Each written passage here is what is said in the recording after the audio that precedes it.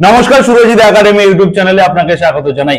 আপনারা যারা বাংলা আবাস যোজনা সংক্রান্ত নিউজের অপেক্ষায় রয়েছেন, আপনাদের জন্য আজকের সবথেকে বড় খবর, বাংলা আবাস যোজনা সংক্রান্ত সমস্ত টাইমলাইন, সমস্ত সময়সূচির পরিবর্তন করা হয়েছে। আরো একবার নতুন করে সমস্ত কিছুর পরিবর্তন হয়েছে, আপনাদেরকে জানাবো এই প্রতিবেদনের মাধ্যমে। আপনাদেরকে এই প্রতিবেদনের মাধ্যমে বলবো যে ডিসেম্বরের 20 তারিখে যে টাকা, প্রথম কিস্তির টাকা 1,20,000 টাকার বাংলা আবাস যোজনার যে স্কিম, সেই স্কিমের যে প্রথম কিস্তির টাকা 60,000 টাকা আপনাদের অ্যাকাউন্টে ঢোকার কথা ছিল বা সেরকম ঘোষণা করা হয়েছিল, আজকের তার ডেট পরিবর্তন করা হয়েছে। আরো একবার আপনাদেরকে এই প্রতিবেদনের মাধ্যমে আপনাদেরকে জানাতে চলেছি কবে আপনাদের ব্যাংক অ্যাকাউন্টে প্রথম কিস্তির টাকা ঢুকবে।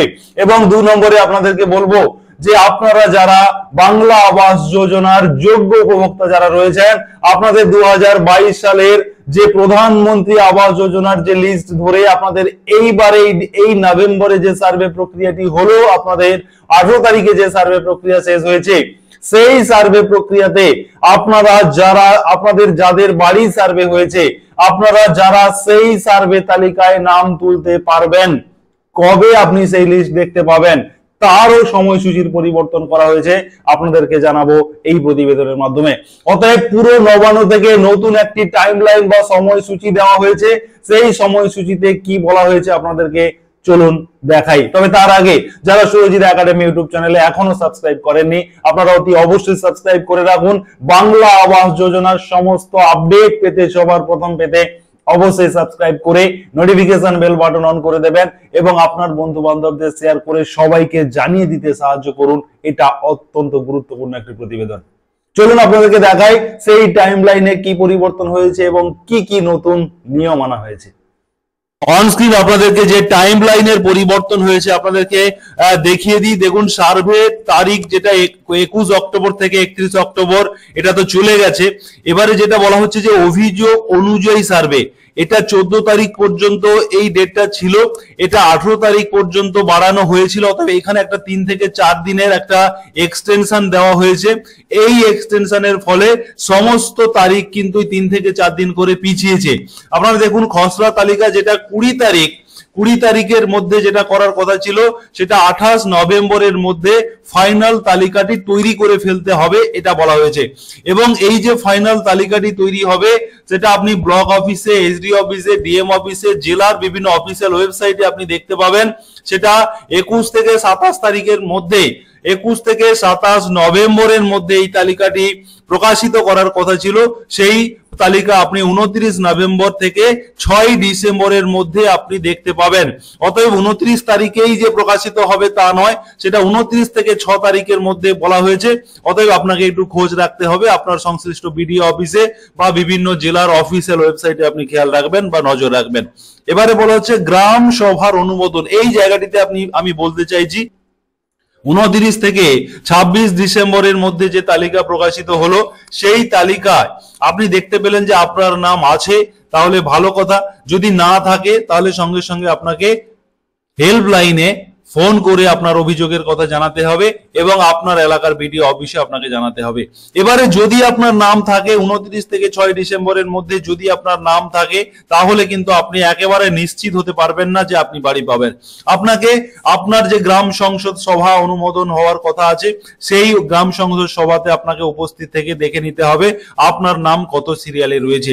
সেটা 11 ডিসেম্বরের মধ্যে সেই সভা অনুষ্ঠিত হবে এবং সেটা কমপ্লিট করতে হবে। এবং গ্রাম সংসদ সভাতে সেটা অনুমোদন হওয়ার পরে ব্লক লেভেল কমিটির হাতে তুলে দেওয়া হবে।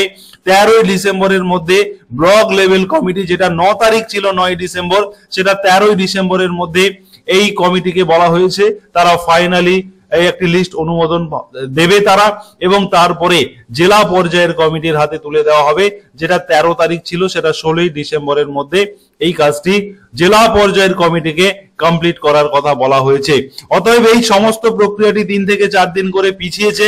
সেই কারণে বাংলা আবাস যোজনার টাকা ঢোকার যে 20 তারিখের কথা ছিল, 20 ডিসেম্বর, সেটা অফিসিয়াল ভাবে পঞ্চায়েত দপ্তর থেকে জানিয়ে দেওয়া হয়েছে এবং এটা ফাইনাল তারিখ। এই তারিখের কোনো পরিবর্তন হবে না। 23 ডিসেম্বর থেকে বাংলা আবাস যোজনার 60,000 টাকা প্রথম কিস্তির টাকা আপনাদের অ্যাকাউন্টে আসতে শুরু করবে এবং তারপরে স্টেপ বাই স্টেপ 40,000 এবং 20,000 টাকা আপনাদের অ্যাকাউন্টে আসবে। অতএব এই মুহূর্তে সব থেকে বড় খবর, এই টাইম লাইনের পরিবর্তন হয়েছে। এটা যদি আপনি না জানেন, আপনি যদি পূর্বের নির্ধারিত যে টাইম লাইন সেটাকে যদি ফলো করেন, তাহলে কিন্তু আপনি সমস্যায় পড়ে যাবেন। সে কারণে আপনাদের প্রত্যেকের এই টাইম লাইনটা জেনে রাখা খুব প্রয়োজন, যে কোন ডেটে কোথায় আপনাকে যেতে হবে, কোন ডেটে কোথায় আপনাকে নজর রাখতে হবে, খোঁজ রাখতে হবে। এটা কিন্তু অত্যন্ত গুরুত্বপূর্ণ যদি আপনি বাংলা আবাস যোজনার 1,20,000 টাকার বাড়ি পেতে চান। টাইমলাইন অনুযায়ী আপনাদেরকে বলা হয়েছে নভেম্বরের 29 তারিখ থেকে ডিসেম্বরের 6 তারিখের মধ্যে আপনাদের একটা ফাইনাল লিস্ট প্রকাশিত হবে। আপনি সেই লিস্ট দেখতে পারবেন আপনার সংশ্লিষ্ট বিডিও অফিসে দেখতে পাবেন। আপনি সেই লিস্ট দেখতে পারবেন অনলাইন যে অ্যাপস রয়েছে, যে বিভিন্ন জেলার যে ওয়েবসাইট রয়েছে, অফিসিয়াল ওয়েবসাইট, সেই ওয়েবসাইটে আপনারা সেই লিস্ট দেখতে পাবেন এবং সেই লিস্ট প্রকাশিত করতে হবে, এমনটা মাননীয় মুখ্যমন্ত্রীর নির্দেশ। তবে এই জায়গাটিতে আপনাদের বলে রাখি, এটা হয়তো হবে যে আপনি যোগ্য হওয়ার সত্ত্বেও আপনি দেখতে পাবেন যে সেই লিস্টে আপনার নাম নেই। আপনি দেখতে পাবেন যে বহু অযোগ্য ব্যক্তিদের নাম সেই লিস্টে রয়েছে। আপনি সঙ্গে সঙ্গে অভিযোগ করবেন, স্ক্রিনে দেওয়া হেল্পলাইনে অভিযোগ করবেন, আপনার এলাকার সংশ্লিষ্ট বিডিও অফিসে আপনি অভিযোগ করবেন। আপনি জানাবেন যে আপনি যোগ্য হওয়ার সত্ত্বেও আপনার বাড়িতে সার্ভে হয়েছে, সমস্ত কিছু দেখানো হয়েছে যে আমি যোগ্য, আমি ভাঙাচোরা বাড়িতে বসবাস করছি, তারপরেও বাংলা আবাস যোজনার লিস্টে আপনার নাম নেই। আপনি সঙ্গে সঙ্গে অভিযোগ করবেন, আপনার সংশ্লিষ্ট বিডিও অফিসে অভিযোগ করবেন, আপনি নবান্নের দেওয়া হেল্পলাইনে অভিযোগ করবেন। এটা আপনাকে করতে হবে, কারণ মাননীয় মুখ্যমন্ত্রীর নির্দেশ রয়েছে যে আপনার যদি কোনো অভিযোগ থাকে আপনি সরাসরি নবান্নের হেল্পলাইনে জানাবেন। এটা আপনি করবেন। এবং আপনারা অনেকে আমাকে কমেন্ট লিখছেন যে আপনারা হেল্পলাইনে যোগাযোগ করে হেল্পলাইনে আপনার অভিযোগের কথা জানিয়ে আপনার বাড়িতে প্রথম যে ধাপ, সেই ধাপে আপনার বাড়িতে সার্ভে হয়নি, কিন্তু আপনি অভিযোগ করেছেন, আমার ভিডিও দেখে আপনি অভিযোগ করেছিলেন এবং তারপরে উচ্চ আধিকারিকরা এসে আপনার বাড়ি সার্ভে করেছে। আপনি দেখবেন যে এখানেই শেষ নয়। 29 তারিখ, নভেম্বরের 29 তারিখ থেকে ডিসেম্বরের 6 তারিখ, ডেটটা মনে রাখবেন, এই তারিখের মধ্যে একটি চূড়ান্ত লিস্ট প্রকাশিত হবে এবং এই লিস্টটা এই মুহূর্তে পঞ্চায়েত এবং বিডিও থেকে এই লিস্ট ফাইনালি লিস্ট তৈরি হচ্ছে। কাদের নাম থাকবে, কাদের নাম বাদ দেওয়া হবে এই মুহূর্তে আমার কাছে সূত্র মারফত যে খবর রয়েছে, বহু অযোগ্য ব্যক্তিদের নাম বাদ দেওয়া হচ্ছে, যেটা প্রথম দফায় প্রথম যে লিস্ট ছিল সেই লিস্টে এটা হয়েছিল। আপনারা সেই মতো করে অভিযোগ করেছিলেন, সেই অভিযোগের ভিত্তিতে বহু অযোগ্যদের নাম বাদ যাচ্ছে এবং যোগ্যরা নতুন করে তালিকায় অন্তর্ভুক্ত হচ্ছে। এখানে আপনাদেরকে বলে রাখি, মাননীয় মুখ্যমন্ত্রী মমতা বন্দ্যোপাধ্যায় ঘোষণা করেছিলেন যে এই ডিসেম্বরে 11,36,000 মানুষকে বাংলা আবাস যোজনার বাড়ি অনুমোদন করা হবে এবং নতুন করে আরো 1.5 লক্ষ মানুষকে নতুন করে এই তালিকায় আলাদা একটি পৃথক তালিকা করে তাদের নাম অন্তর্ভুক্ত করানো হবে। যারা দানায় ক্ষতিগ্রস্ত হয়েছেন, যারা বন্যায় ক্ষতিগ্রস্ত হয়েছেন, যে সমস্ত মানুষরা যাদের বাড়ি পুরো ক্ষতিগ্রস্ত হয়েছে, তাদেরকে নতুন করে একটি তালিকা তৈরি করার নির্দেশ দেওয়া হয়েছিল। অতএব এই নিয়ে এই ডিসেম্বরে 11,36,000 এবং 1.5 লক্ষ এই টোটাল মানুষকে এই ডিসেম্বর থেকে তাদের ব্যাংক অ্যাকাউন্টে প্রথম কিস্তির 60,000 টাকা দিয়ে দেওয়া হবে এবং আপনার বাড়ির কিছুটা কনস্ট্রাকশন হলে পঞ্চায়েত এবং বিডিও থেকে আপনার বাড়ি আরো একবার সার্ভে করা হবে এবং আপনাকে কনস্ট্রাকশন দেখাতে হবে। তারপরে আপনি দ্বিতীয় কিস্তির টাকা পাবেন এবং তারপরে আপনি 20,000 টাকা পাবেন। এইভাবে 1,20,000 টাকার বাংলা আবাস যোজনা স্কিম বা প্রকল্পের টাকার বাড়ি আপনাকে করতে হবে বা আপনাকে 1,20,000 টাকা দেওয়া হবে। অতএব এখানে সব থেকে গুরুত্বপূর্ণ যে বিষয়টি রয়েছে, এই প্রতিবেদনের মাধ্যমে আপনাকে নতুন টাইমলাইন দেখানো হয়েছে। এই টাইমলাইনটি আপনি একটা স্ক্রিনশট করে নিজের কাছে রেখে দিন। এই টাইমলাইনটি আপনাকে মনে রাখতে হবে, টাইম টু টাইম আপনাকে খেয়াল রাখতে হবে যে তালিকা কবে প্রকাশিত হচ্ছে আপনি সেটা দেখবেন এবং যে তালিকাটি প্রকাশিত হলো এবং সেই তালিকায় আপনার নাম থাকবে মানেই যে আপনি বাড়ি পাবেন এমন বিষয়টা নয়।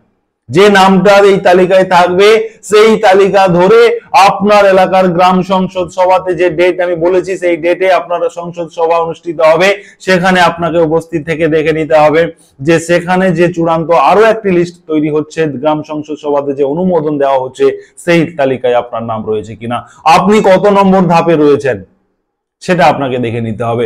অতএব আপনাকে সতর্ক থাকতে হবে, আপনাকে সজাগ থাকতে হবে যদি আপনি বাংলা আবাস যোজনার 1,20,000 টাকার বাড়ি পেতে চান।